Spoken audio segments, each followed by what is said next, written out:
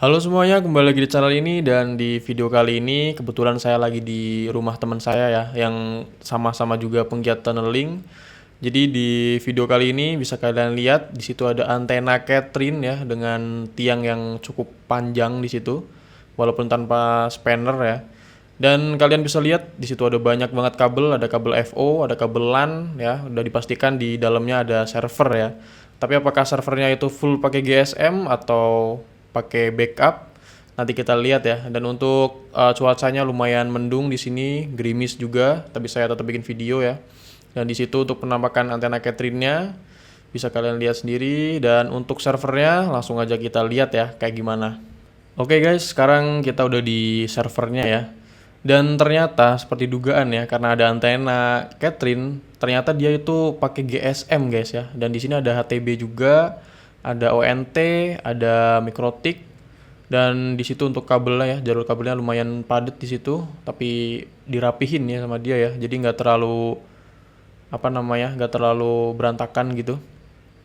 Terus untuk kabelnya ya seperti itu, ada kabel FO juga.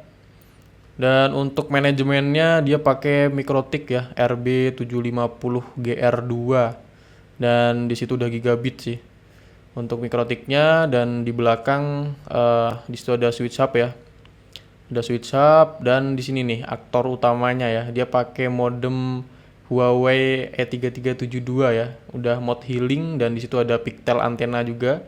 Dan di sini ada STB B860H ya, V1. Dan di situ pakai kipas ya. Kayaknya kipasnya tuh muter terus guys, karena kotor banget ya, sampai debuan gitu. Nggak tahu ini servernya dia jalan tuh 24 jam kipas tapi nggak otomatis gitu kan. Dan di sini untuk STB-nya bisa kalian lihat ya, ternyata boardnya dicopot gitu. Mungkin biar adem ya. Jadi dikeluarin boardnya.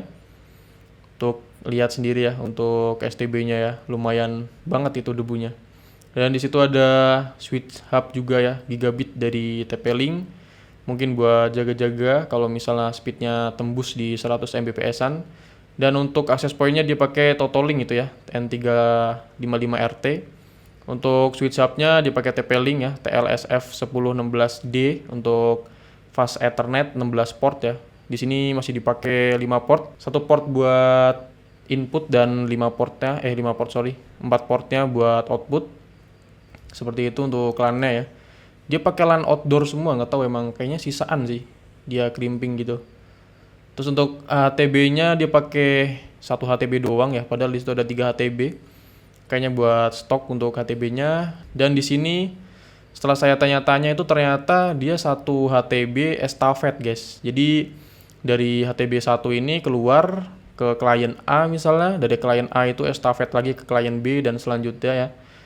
Jadi di situ dia cuma pakai satu FO, dan untuk klien yang lain itu dia estafet pakai LAN gitu ya. Dan di sini untuk topologinya dari STB dia masuk ke Mikrotik ya, Ether 1 untuk internet utamanya. Seperti itu. Dan untuk Ether 2-nya itu dia masuk ke ONT ya. Jadi ada ISP yang buat backup. Untuk Ether 3-nya dia buat access point di rumah, dan Ether 4-nya dia lari ke bagian switch hub ya, buat input ke switch hub-nya dan output-nya. Yang satu masuk ke LAN, dan yang 3 lagi dia keluar ya, LAN keluar. Jadi seperti itu untuk topologinya.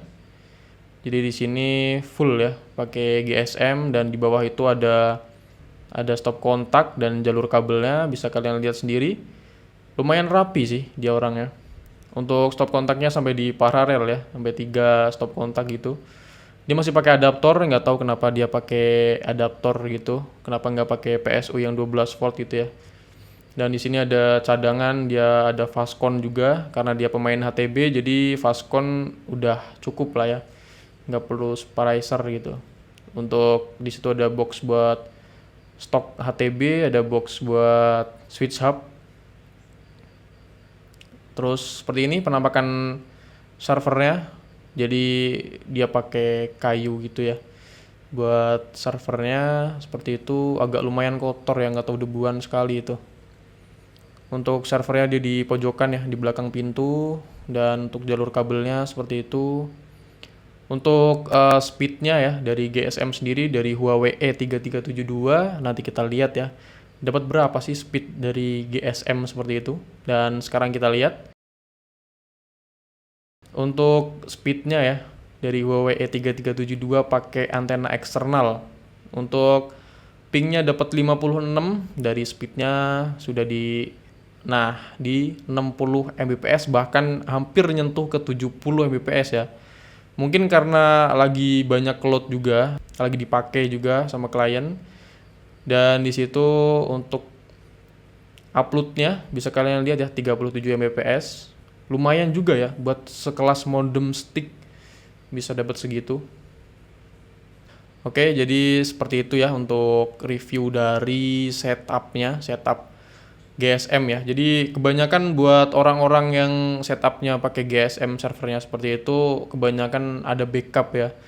Itu backup buat apa namanya? Kalau misalnya ada problem, namanya kita tunneling itu nggak selamanya lancar guys. Jadi harus backup gitu biar kedepannya itu nggak terlalu banyak komplain ya dari klien ya.